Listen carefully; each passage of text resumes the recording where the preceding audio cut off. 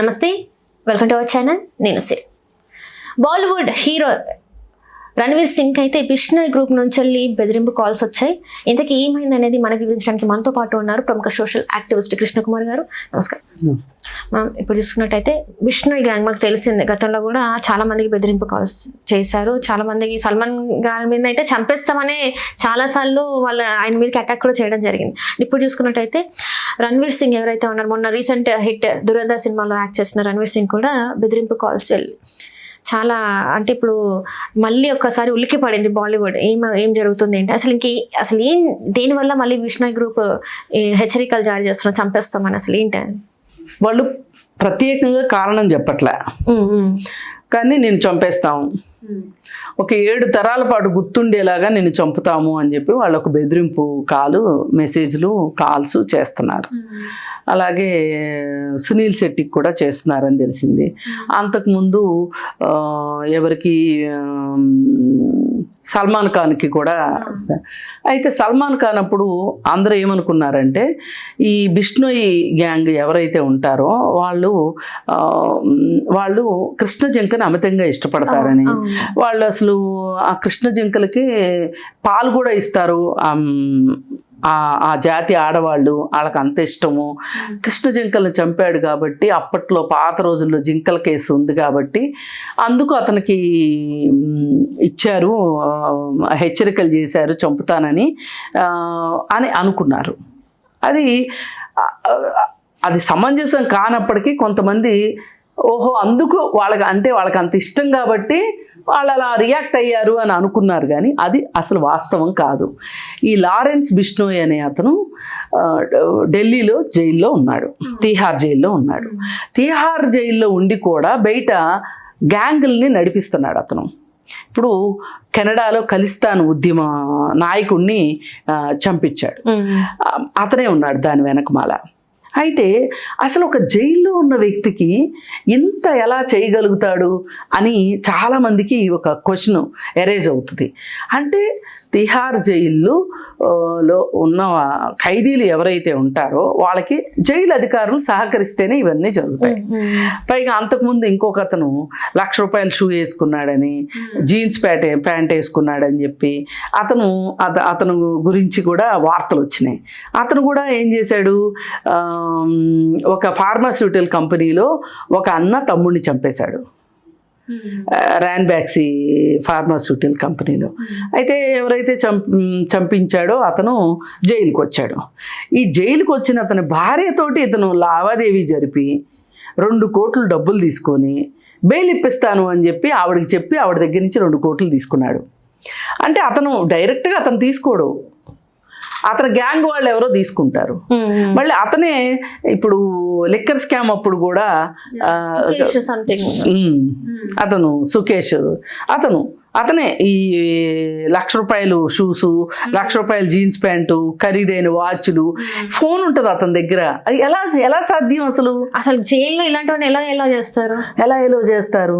పైగా అతను అక్కడే ఉండి బెయిల్స్ ఇప్పిస్తానని చెప్పి డబ్బులు తీసుకోవడము, అలాగే లిక్కర్ స్కామ్లో నేను పార్టిసిపేట్ చేశాను, కవిత నిజంగానే ఉన్నది అందులో అని చెప్పి అతను బయటికి ప్రేమ సందేశాలు పంపినట్టు ఉత్తరాలు రాస్తున్నాడు. ఇది ఎట్లా సాధ్యం అవుతుంది అని అంటే అది తిహార్ జైలు మహత్యం అని చెప్పుకోవాలి. అట్లా ఇప్పుడు ఈ లారెన్స్ బిష్నోయ్ కూడా అక్కడ ఉన్నాడు, జైల్లో ఉన్నాడు. జైల్లో ఉండి ఇంత కథ నడిపిస్తున్నాడు. ఇప్పుడు అసలు మనకి భారతదేశానికి కెనడాకి మన ఫారిన్ రిలేషన్స్లో కూడా ఇంపాక్ట్ పడేటంతగా చేశాడు అతను. ఎలా చేస్తున్నాడు ఇతను అనుకుంటే వాళ్ళదొక ఇప్పుడు ఒకప్పుడు దావూద్ ఇబ్రహీం ఎట్లా ఉండేవాడో, బాలీవుడ్లో సినిమా యాక్టర్లను భయపెట్టి వాళ్ళ దగ్గర డబ్బులు వసూలు చేసేవాడు. ఇప్పుడు ఈ లారెన్స్ బిష్నోయ్ గ్యాంగ్ కూడా అట్లాగే తయారైందనమాట. ఇప్పుడు వరుసగా రణవీర్ సింగ్ సినిమాల్లో మంచిగా అతనికి డబ్బులు వస్తున్నాయి, అలాగే దీపికా పడుకునేకి కూడా బాగా డబ్బులు వస్తున్నాయి, వాళ్ళిద్దరూ భార్యాభర్తలు. ఇప్పుడు ఇతను చంపుతాను అనగానే ఇతను ఏదైనా ఒప్పందం కుదుర్చుకుని డబ్బులు ఇస్తా, ఇప్పుడు వాళ్ళ గ్యాంగులు బతకాలంటే డబ్బులు కావాల్సిందే కదా. దానికోసం ఏమన్నా ఇది ఖచ్చితంగా చేస్తే గీస్తే డబ్బుల కోసం చేయడమే కానీ వేరే చేయటానికి అవకాశమే లేదు. కానీ ఇది ఇప్పుడు వాళ్ళు ఒక ఇది పెట్టుకున్నారు, ఒక లైన్ పెట్టుకొని దాని గురించి ఇప్పుడు సల్మాన్ ఖాన్ గారిని అంటే ఆయన మీద జింక చంపిన కేసు ఉంది కాబట్టి మేము ఇలా చూసుకుంటున్నాం కాబట్టి ఇలా అని ఆయన మీద పగబట్టడానికి ఒక కారణం ఉంది. కానీ ఇక్కడ డబ్బే, ఇక్కడ అంతే డబ్బే, అంతకంటే ఏమి లేదు. అసలు ఖలిస్తాన్ లీడర్ని ఎందుకు చంపినట్టు? డబ్బు కోసం కాకపోతే. అండ్ ఇంకోటి కూడా చెప్పండి మేడం, ఇక్కడ మా మీద నువ్వు కంప్లైంట్ ఇచ్చావని కూడా తెలిసింది. అండ్ ఇంకొక వేరే వాళ్ళకు కూడా నువ్వు ఫ్రీ సజెషన్స్ ఇస్తున్నట్టు కూడా తెలుస్తుంది. నీ సంగతి చెప్తా అలా అందులో అది ఉంది మ్యామ్. అంటే రణవీర్ సింగ్ కి నువ్వు చనిపోయేదే కాదు, ఫస్ట్ నీ చుట్టుపక్కల ఉన్న వాళ్ళని చంపుతా, ఆ తర్వాత నీ వరకు వస్తుంది అని చెప్పేసి తనని బెదిరిస్తున్నాడు. సో ఇది ఎలా చూడాలి? అంటే నిజంగా భయపడాలా లేకపోతే ఇప్పుడు లైట్ తీసుకోవాలి ఏంటంటారు మరి? అంటే ఇప్పుడు ఖచ్చితంగా ఇంకా అలాంటిది ఏదన్నా జరిగింది అనుకోండి, ఇంకా మన దేశంలో శాంతి భద్రతలు ఉన్నట్టేనా? అసలు ఇప్పుడు రణవీర్ సింగ్ చేసిన తప్పు ఏంటో చెప్పండి. సునీల్ శెట్టి చేసింది ఏంటి తప్పు? పోనీ వీళ్ళు ఏదైనా దేశద్రోహ నేరాలకు పాల్పడితే, ఇప్పుడు అతను ఖలిస్తాన్ ఉద్యమ నాయకుడు, భారతదేశం నుంచి సిక్కులు విడిపోవాలి, మనకు ఒక ప్రత్యేక దేశం కావాలి, ఖలిస్తాన్ అనే దేశం కావాలి అని చెప్పి ఆ నాయకుడు ఉద్యమం చేస్తున్నాడు కాబట్టి అతని మీద మేము పగబట్టాము, మాకు దేశభక్తి ఎక్కువ ఉంది అని చెప్పారు అనుకుందాం. పోనీ అది కూడా చట్టాన్ని నీ చేతిలో తీసుకునే హక్కు లేదు. ఆ ఖలిస్తాన్ ఉద్యమం నడిపే ఉద్యమకారుల్ని అణిచివేసే ఉద్దేశం, అణిచివేయాల్సిన యంత్రాంగం అది కేంద్ర ప్రభుత్వం చేతిలో ఉంది. అది కేంద్ర ప్రభుత్వం చూసుకుంటుంది. నువ్వెవడో మధ్యలో మాట్లాడడానికి. ఎగ్జాక్ట్లీ. జింక వ్యవహారంలో కూడా నీకు మాట్లాడే హక్కు లేదు. నువ్వు ఎట్లా మాట్లాడతావు అసలు?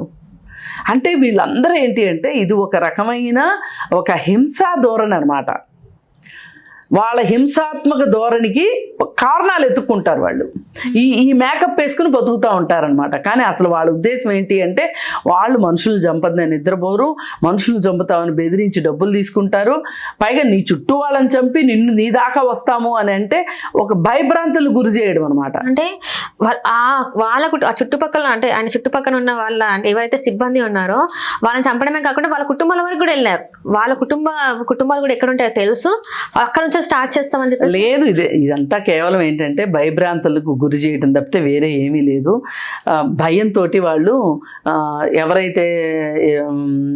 ద్వారా అయితే ఫోన్లు వచ్చినాయో వాటితోటి వీళ్ళు మాట్లాడుకుని పోలీసులకు కూడా చెప్పుకోకుండా ధైర్యంగా భయపడినట్టు నటించి వాళ్ళు డబ్బులు అడుగుతారు, ఆ డబ్బులు ఇచ్చేయాలి. అంతకంటే ఏముండదు ఇక్కడ. అందుకని దీనికి భయపడాల్సిన అవసరం లేదు. ఒకవేళ వీటికి తలొగ్గితే గనక మీరు సినిమాల్లోనేనా హీరోలు నిజ జీవితంలో అంత భయపడే వాళ్ళ అని చెప్పి రణవీర్ దురంధర్ సినిమాలో యాక్ట్ చేసావు అంటే నీకు చాలా ధైర్యం ఉన్నట్టు కదా సినిమాలో చూపించింది. ఆ ధైర్యాన్ని బయట కూడా చూపించాలి కదా, లొంగిపోతే ఎట్లా? అందుకని ఇతని దగ్గర బాగా డబ్బులు ఉన్నాయి, ఈ మధ్యకాలంలో సినిమాలన్నీ చేస్తున్నాడని చెప్తున్నాను కదా, డబ్బులు ఉన్నాయి, డబ్బులు ఇవ్వాలి. అందుకని నీ చుట్టూ వాళ్ళ దాకా నిన్నొక్కడే చంపి ఊరుకోము, నీ చుట్టూ వాళ్ళు కూడా చంపుతాము, ఆ తర్వాత నిన్ను పట్టుకుంటాము అంటే భయభ్రాంతులు గురి చేయడం, అంతకంటే ఏమీ లేదు. వీళ్ళు ఎవ్వరు దొరికినా ఈ ముఠాని అసలు వీళ్ళు అంతర్గత టెర్రరిస్టుల కంటే ఇప్పుడు టెర్రరిస్ట్ అనగానే పాకిస్తాన్ అని మాట్లాడతారు కదా, వీళ్ళు మన దేశంలో ఉన్న మన దేశంలో ఉన్నట్టు ఇది టెర్రరిజం కాదా? ఖచ్చితంగా. చాలా మందికి ఏంటంటే ముస్లింలే టెర్రరిస్టులు అని మాట్లాడతారు. ముస్లింలే కాదండి, అవకాశం ఇట్లాంటి తప్పుడు మార్గాల ద్వారా డబ్బులు సంపాదించాలి, భయభ్రాంతులను గురి చేయాలనే వాళ్ళు ఈ మతం లేదు, ఆ మతం లేదు. అందుకని వీళ్ళని కూడా టెర్రరిస్టులుగా గుర్తించి అసలు ఆల్రెడీ వీళ్ళని అంతర్జాతీయంగా ఇది ఒక ఉగ్రవాద సంస్థ కిందే లెక్క. ఏది Bishnoi gang, Lawrence Bishnoi gang. వీళ్ళు భయపెట్టడం, డబ్బులు వసూలు చేయడం, మనుషులు చంపేయటం, సుఫారీ పనులు చేయడము, అంటే వేరే వాళ్ళకి ఎవరికైనా చంపేయమంటే చంపేసి వాళ్ళ దగ్గర నుంచి డబ్బులు తీసుకోవడం, అలాంటి అక్రమ కార్యకలాపాలకు పాల్పడుతున్నారు. పైగా వీళ్ళకున్న ముసుగు ఏంటంటే జింకలంటే ఇష్టం, జింకలకి ఆడవాళ్ళు పాలు కూడా ఇస్తారు, అంటే అంత మానవతా దృక్పథం ఉన్నట్టు చెప్తారు. కానీ మనుషులు చంపుతారు. మామూలుగా అయితే జింకల ప్రాణాలకు విలువ లేదని కాదు, కానీ మనుషుల విషయానికి జింకల విషయానికి ఒకటే రూల్స్ అండ్ రెగ్యులేషన్స్ ఉన్నాయా? వన్యప్రాణి సంరక్షణ చట్టం ఉంది, నేను కాదని అన్నట్లా. ఇప్పుడు ఒక మనిషి ఒక జింక అని చూశారనుకోండి, ఇప్పుడు మామూలుగా మాట్లాడట్లా, కుక్కల్ని, వీధి కుక్కల గురించి ఏం మాట్లాడుతున్నారు? మనిషి ప్రాణం ఎక్కువ, కుక్క ప్రాణం ఎక్కువ అని మాట్లాడుతున్నారు కదా. మరి అలాంటప్పుడు జింక ఎక్కువ, మనిషి ఎక్కువ? ఆబ్వియస్లీ ఇక్కడ కుక్క తక్కువైనప్పుడు మనిషి ఎక్కువైనప్పుడు అక్కడ జింక కూడా తక్కువ అవుతుంది, మనిషి ఎక్కువ అయిపోతుంది. అంతే కదా. అందుకని ఇలా మాట్లాడుకోవటం కంటే కూడా అసలు వీళ్ళ మీద ఉక్కుపాదం మోపాలి. వీళ్ళు ఒక రకమైన టెర్రరిస్టులు. వీళ్ళని అంతమందించకపోతే అంతర్గత భద్రత అనేది ఉండదు. లా అండ్ ఆర్డర్ ఉండాలి. అంటే భయంగా బతకాలా? అందుకే చాలా మంది ఏం చేస్తున్నారంటే సినిమా యాక్టర్లు, అమ్మో భారతదేశంలో ఉండలేము మేము, ఏ లండనో ఎక్కడికో వెళ్ళిపోతాము అని చెప్పి. అసలు చదువుకున్న వాళ్ళు చాలామంది ఈ దేశం నుంచి వెళ్ళిపోతున్నారు. ఇప్పుడు అట్లా మాట్లాడితే యాంటీ నేషనలిస్టులు మీరు అంటారు.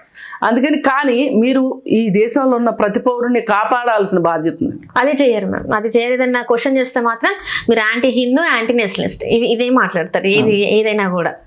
Right madam, right. Thank you so much. Thank you. Hello, Telugu రాజ్యం ఛానల్ చూస్తున్నారా? సామాజిక, రాజకీయ, జీవన చిత్రణే తెలుగు రాజ్యం. అతిశయోక్తులు, అసత్యాలు ఉండవు. రాజకీయ కోణం కాదు, ప్రజా కోణమే కొలబద్ద. తెలుగు రాజ్యం వీక్షణ మీ ఉత్తమ అభిరుచికి నిదర్శనం.